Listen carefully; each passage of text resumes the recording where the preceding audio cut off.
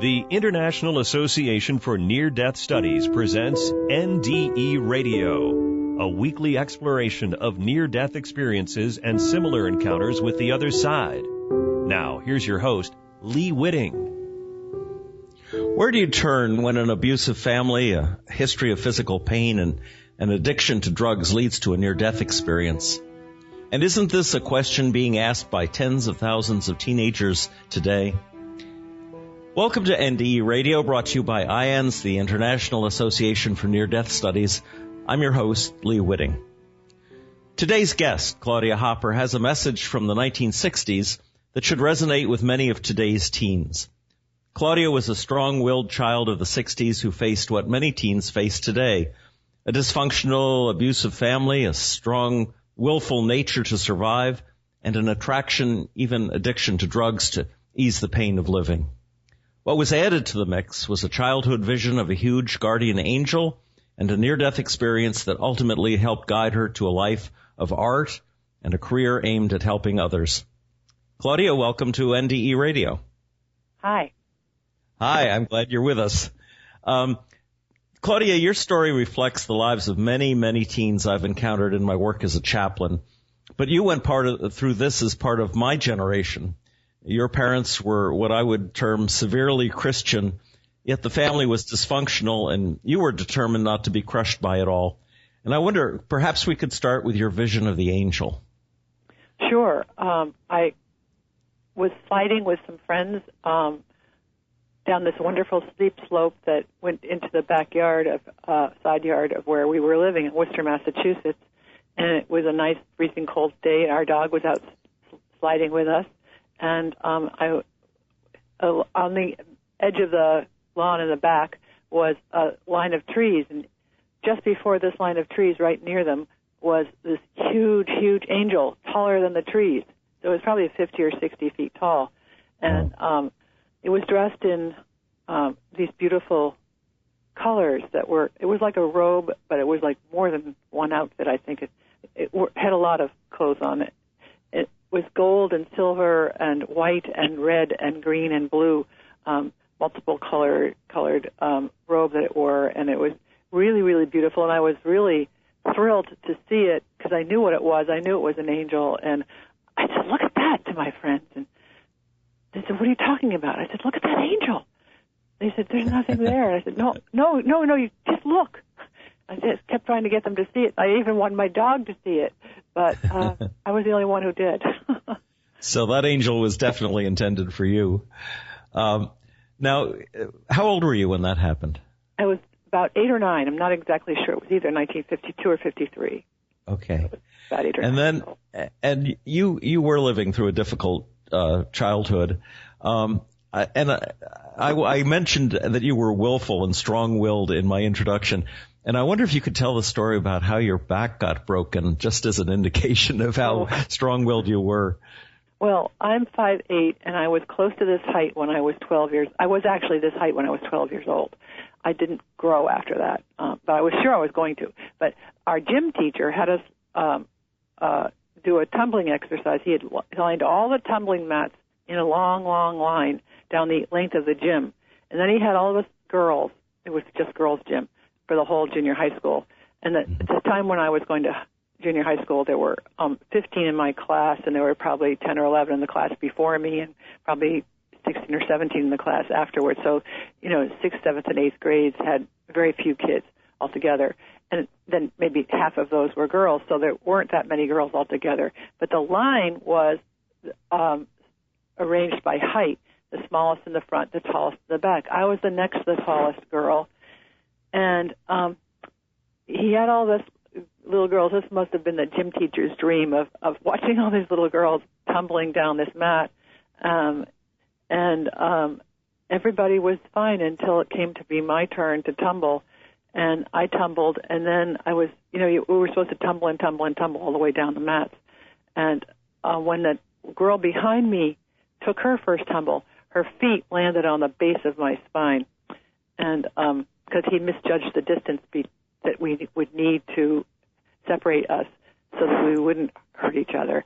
And yes.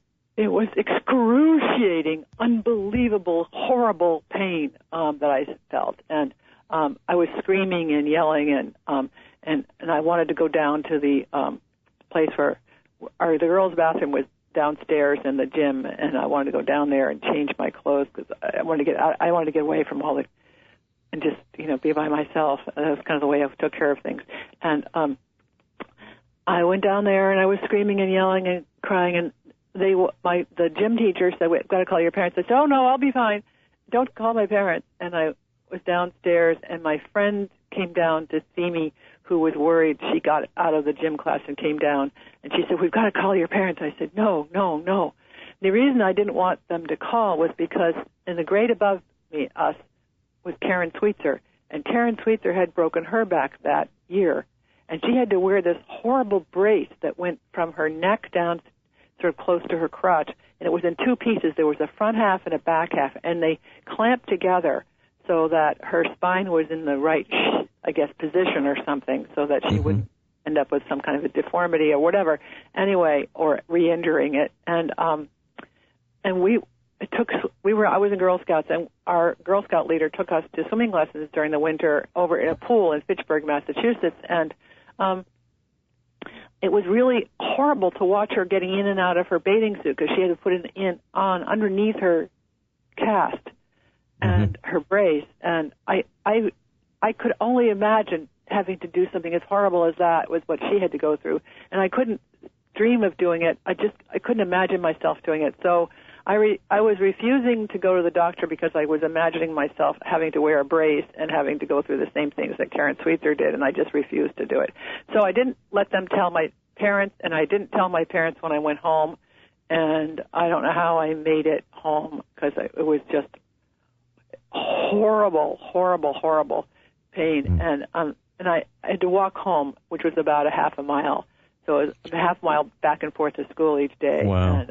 And you lived with a broken back all that time? When did you discover that it had actually been broken? It wasn't discovered until probably about 10 or 11 years later when I was going to chiropractic because I was just uncomfortable. And they took an X-ray and said, "Oh, when did you break your back?" And I said, "What do you mean?" And he showed me where the vertebrae had fused together. It was just exactly where that girl had landed on my back with her feet when she was tumbling. And so I said, "Oh, it was in grade 6." So that would have been about 10 or so. Well, you were certainly setting yourself up to be a child of the 60s with a love of freedom and all that. But tell us, when did you get started into drugs? How did that happen? Oh, that happened. Well, I tried pot when I was in Marlboro College, and I didn't like it. It made me sleepy. So that wasn't particularly attractive. But then when I was in art school, of course, there were drugs all around in the 60s. And I didn't take any when I was in art school, believe it or not.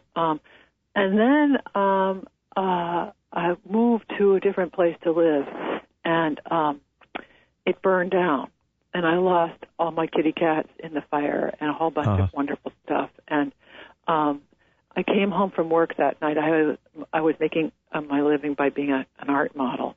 And I came home from work. It was a night in March. It was 1968, and the road looked so beautiful. It was all shiny, and there were red lights, and it really looked beautiful. And I said, "Oh, God, what's that?"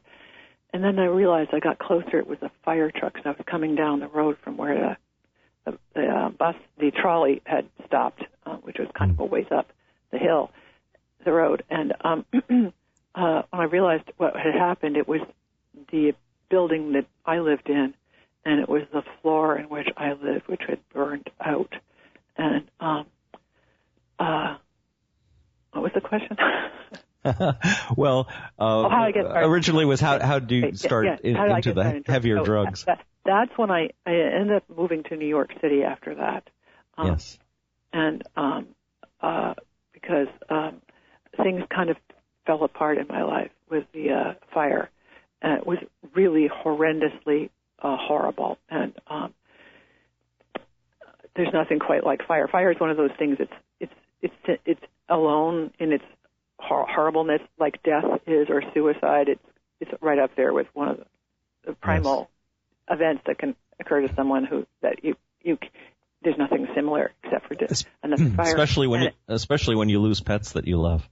Oh yeah, and I lost a lot of pets. I was kind of a cat fool when I was a kid, and a young person in art school. And so when I went to New York, I ended up taking more drugs. I had been taking some pot, things like that, using pot when I was living at that place where it was where the fire was. My boyfriend was a medical student at Harvard, and he made his own mescaline, and I thought that was pretty interesting, and we smoked hash, and it all agreed with me. It didn't strike me as making me hungry or sleepy like it did when I was a few years younger, when I was at college, but 3 years younger. So anyhow, I ended up moving to New York, and that's where I got into drugs in a big way. Now, today, one of the most popular drugs, unfortunately, is heroin with the teenagers. Yep. Right. And that was a drug that you got into and ultimately caused your near-death experience. So could you tell us about that? Yeah, well, I started taking it because it just seemed like the awfulest thing I could do. And I liked the idea of going down as low as I possibly could. I felt like I was I had no it's hard for me to put myself back exactly in that kind of frame of mind because I came out of it so successfully, but at the time I really wanted to go downhill, and I wanted to experiencing. I was very, very poor, and I was kind of a street person, and I actually was a street person, so I was living kind of with absolutely no money in New York City. We lost the place we lived, and didn't have food, and didn't have a way to cook and things. So it was a real street type urchin lifestyle. So eventually, I came back to Massachusetts because I lost the place I was living in New York, and I was picking up lots of heroin that was left behind in phone booths in secret places, in phone booths and secret phone booths around the city of Boston, and delivering it to other people. And for that, I would get paid in bags of heroin. And I was caught with 10 bags of heroin and 6 sets of works by a police officer one night. And that's kind of the beginning of me getting out of that whole syndrome. Now, it was either an overdose or perhaps an attempted suicide that led you to your near-death experience? Okay, yes, right. Before that time when I got caught, I did have an overdose. And I was living on Fort Hill, which is the same, sort of close to the same neighborhood where I had the fire. But it was after the fire. And I shot up some heroin, and it didn't sit well with me. I immediately overdosed, and I was doing it alone. And so I wasn't just, the only reason I was discovered because I made such a large crash when I ended up on the floor. And my friend was in the other room. I don't know what she was doing, but she came out and found me lying on the floor. And I remember immediately when I was having this experience, I felt like I was leaving. And I wanted to leave as fast as possible. I didn't want to be here anymore. So I thought the way to speed it up would be to put myself in a streamlined position, even though I was basically out of unconscious or something. I was able to do that. I put my hands down by my sides so I could go fast away from being here on this earth. And I felt like I was moving down a tunnel. It really did feel like a tunnel, and I was going really fast. I was going faster and faster and faster, and I could see light at the end of the tunnel, and I was going towards that. Head feet first. My head was I could see over my feet and what was ahead, but a long way down was this little tiny bit of light. And as I was going and as I was leaving, and even at the very beginning of it, it felt absolutely amazing. It felt like beyond anything one could possibly imagine.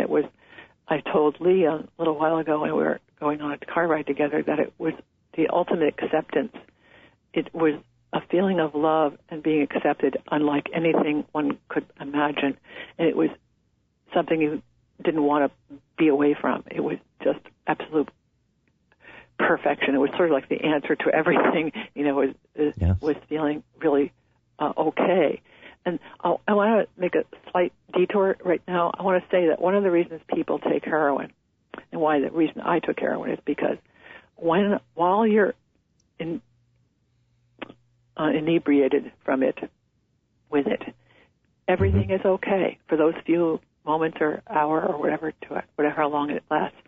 It takes away pain in a way that the pain is still there, but it's okay to have the pain. And that's why narcotics are so effective now, because people are living with such conflicting messages and needs and agendas. Everybody is. It's a very, very hard time to be alive, especially I think for kids who come from backgrounds that aren't strong and give them feeling of a solid sense of self. So going back to this story, it was an amazing, amazing, amazing experience, and I definitely was on my way out, and I was really happy to be going. And my friend Leslie heard me crash, and she somehow got me to come back. She roused me somehow. I remember her kind of pulling and pushing at my body and trying to sit me up or something and yelling at me and come back, and things like that. And I did come back, but I really didn't want to. I wanted to be gone. And from then, I didn't take any more heroin except for, I did. I know I was continuing to take it after the overdose. That's right. I continued to take it. That didn't stop me. Until you were caught. And yeah, when I was caught, then I realized I had a crippled hemophiliac boyfriend, and he was bleeding, and we needed to get him down to the Tufts Medical Center so he could get a factor 8 shot to help him with the clotting factor. And we borrowed his mother's car, and I was driving it, and we ran about a block and a half or 2 blocks away from the Tufts Medical Center down the south end of Boston, and it was very late at night. It was probably around 1 or 2 in the morning, so the streets were deserted. And I said, okay, Ricky, you steer and I'll push the car. So I yanked him over he was around my size and a little smaller. And I was able to pull him over to the front seat because he was basically helpless. He was in so much pain. And he could steer. And we got down, I was pushing the car, and I had this gold cigarette case in my right pocket of my sweater. It was kind of a big cardigan sweater I was wearing, and cotton cardigan and or acrylic or something. And it was baggy sweater, and I was pushing this car, and I was running as fast as I could with this car, pushing it down the road, and I didn't realize it, but at some point the cigarette case fell out of my pocket. And for some reason I looked back, because I guess I realized that my pocket was empty or something. I looked back, and there was this cigarette case lying in the road, this gold gleaming cigarette case in the middle of the road. And then off farther back, about a block and a half away, I could see a beat cop coming around the corner. And I said, oh, to myself, that's trouble. And then again, at the very same moment or two, a big, huge, old Chevy sedan came rumbling up. And it was full of these drunken sailors and a couple of prostitutes. And they pulled up and they said, hey, baby, what's happening? And I told them what happened. I told them everybody could see the cigarette case up on the road. So they said, hop in, we'll drive around the block, and you can pick it up on the way by. We'll open the door, and you can just pick it up. And so we went around the block and came back, and by the time we went around the block to come back, the cop was standing at the car with Ricky. The car door was open, and he was talking to Ricky. And I knew that if he stayed there talking to Ricky, Ricky would die because he would be bleeding internally. And he had to get to the hospital, and so I told these guys to stop, let me out. They said, "Oh no, we're not going to let you out. You're going to get in trouble. You're going to go to jail." And I said, "No." So I ended up jumping out of the car. I was on the passenger side, back seat, and I jumped out.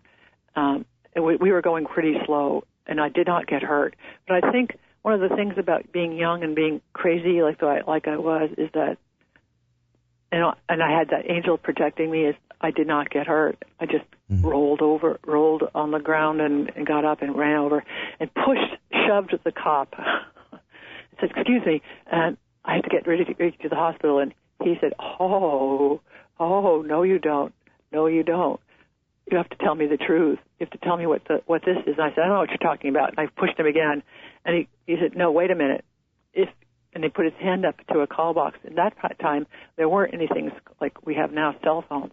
There were these boxes that were on these poles around the city, either for fire or for police, and you could open the door, and there would be a lever, and you could pull the lever, and that would signal to the police, if it was a police box, or the fire department, if it was a fire box, to come to where that location was, because there was someone in great need.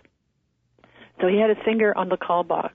He had actually opened the door, and his finger was on the lever, and he said, "If you don't tell me the truth about yourself and what's going on, I'm going to push this lever." Well, I knew he was telling the truth, because that's all he had to do. It's a very simple movement with his finger. So I stayed there for about 3 hours talking with him and crying and explaining my life and how I was brought up and what happened, what my life was like. And Ricky just sat there in a heap, basically almost passed out. And he said, the cop said, "This guy doesn't give a damn about you." He said, "I don't know why you're so concerned about him. He doesn't care about you at all." And I said, "That's not the point. The point is he needs to go to the doctor, and I need to get him to the doctor, to a Tufts Medical Center," which was about a half a block away at that point where we were. And he told me that if I promised I would never do it again, he would let me go, and I could go to the hospital and get a wheelchair and get Ricky. So that's the deal I struck. I think your angel was protecting Ricky as well as you. But what a generous thing! I mean, you knew. I think so. It's everybody who's in relation with me also is protected, because that's kind of the way it works. Now, I want to ask you just quickly, because I know you tried psychedelics as well. Yeah. How would you compare your near-death experience to, say, LSD? Well, I loved LSD. And I loved heroin. I took those drugs a lot, sometimes together and sometimes in succession. I loved sort of going away the way you do with LSD and going into it kind of at least I did, and some of the experiences I had, I felt like I was in outer space, and I was enjoying a perspective that was impossible in the normal state of affairs as a human being. But it was really amazing to be at such a distance removed from our world and to see the beautifulness of every single thing and every single moment in time as it was being experienced. So in some ways there was this hugeness that was similar to some degree, but it was singular to me in that it wasn't the same as feeling like I was in perfect acceptance. That was what the difference was. Right. That love doesn't necessarily conjure itself the way an NDE brings it. And I don't know. I have not read about near NDEs with other people or listened to shows because I don't have a computer, so I don't know how it works, how other people's experience. Get yourself a computer and listen to this program. I will. Don't you worry. I will eventually get that together. But Claudia, I do want to ask you. Yeah. Would you say, and I'm just sort of off the top of my heading it here, would you say that LSD is more earth-oriented or more life-oriented, and NDEs are more bring the spiritual out? I think NDEs are everything that is. It's beyond Earth. It's beyond our experience of family and community and everything and politics. It's beyond life here. It's sort of what it's to begin. It's a little bit like imagining what things might be like, but it's way beyond that.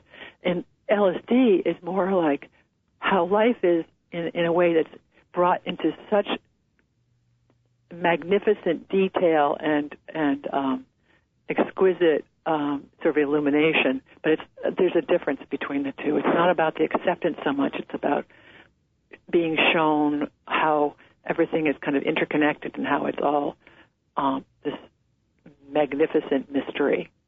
So there is a definite similarity, but it's really not, for me, it wasn't alike. The near-death experience was kind of a pivotal moment in my life that nothing could compare to. And then I must say, my darling friend Leslie, who saved me, died about 20 years later from a heroin overdose, and I still feel sad. She was my beloved friend, and I still miss her every day. I really wish I was there to help her, to save her. Yes. Well, I'm glad she was there to save you. That's for sure. Listen, talk a little about how you came. Now you were able to bring yourself out of this addiction, and you went on to study more art. You went to Europe and went to art museums, and tell us a little about that. I went to Europe before I got into the drugs. Oh, okay. Yeah, I was in Europe in '66. I took a year up, a semester, my fall semester of 1966 off, and went to Europe. I had worked all summer long and saved up enough money. I saved $800, and I paid my rent, and I paid for all my bills. Money was different in those days, and my grandmother and my grandfather gave me $200, so I had $1,000, and I spent 9 weeks in Europe going to all the art museums I could go to except Italy. Italy had floods that year, and they wanted American tourists to come over and clean mud off of art. And the last thing in the world I wanted to do was clean art. I remember that. I remember all the destruction in Florence that took place. It was really horrible. And you know, if I were older and I'd seen the art before, but I was going to all the museums I could possibly go to, and I've got to go back to the Prado. You know, I've got to go see all the Goyas again. I saw them when I was so young. I just want to see them all again. And all the Bruegels and, you know, in different museums. It was just the most amazing, wonderful thing. I'm so glad I did that for myself. So, following my you showed me a painting that you did that reminded me very much of George Maigret. And I think, would you say that's your style of art now, is realism and surrealism mixed together? Yeah, I call myself a New Age Dada. Oh. DADA, you know, Marcel Duchamp. But at the same time, you were doing art. You went on to help. You became a caregiver to the disabled and the elderly with Alzheimer's, that wasn't at the same time. That was after. Okay, that was after your recovery. Yeah, I did not get into doing caregiving until after graduate school. Well, I went to Nova Scotia to finish undergraduate school. You don't know anything about this, but I had dropped out of art school after 2 years, even though it took me about 3 years to do 2 years because of that interrupted semester. And I dropped out, and I didn't go back till 1980 when I went back to Goddard College to finish my bachelor's degree. And I did it on an adult degree program with independent study. And I was living in Nova Scotia while I did that. And I would come back every 6 months for 2 weeks to review the work I had done and plan the work I was going to do for the next 6 months. And after that, while I was there, I got into some home care work. And when I came back to go to graduate school to the States, I had to work. I've always had to work to put myself through life. And one of the things I did was, I've always done cleaning houses, but one of the other things I started doing was helping people who needed. I took care of a man with aphasia, and learned about that. And when I was living in Nova Scotia, I took care of a friend's grandmother who was really, really old. I cleaned her house. I did chores for her and things like that. And I realized I really liked that kind of helping people because I learned so much. And it was fascinating. So I got more into it when I came back to the States. Well, Claudia, I think our audience has learned a lot from this conversation. Unfortunately, we're out of time for today. Oh, gosh. Well, sorry. That's my thanks to you, Claudia, for sharing your NDE and your story, the story of your life, which so parallels so many teen lives of today. And if the listeners would like to hear this show again or any other of our previous programs, they should visit our website at nderadio.org. And for more information about IANDS, please visit that website at iands.org. This is Lee Whitting saying thanks for listening.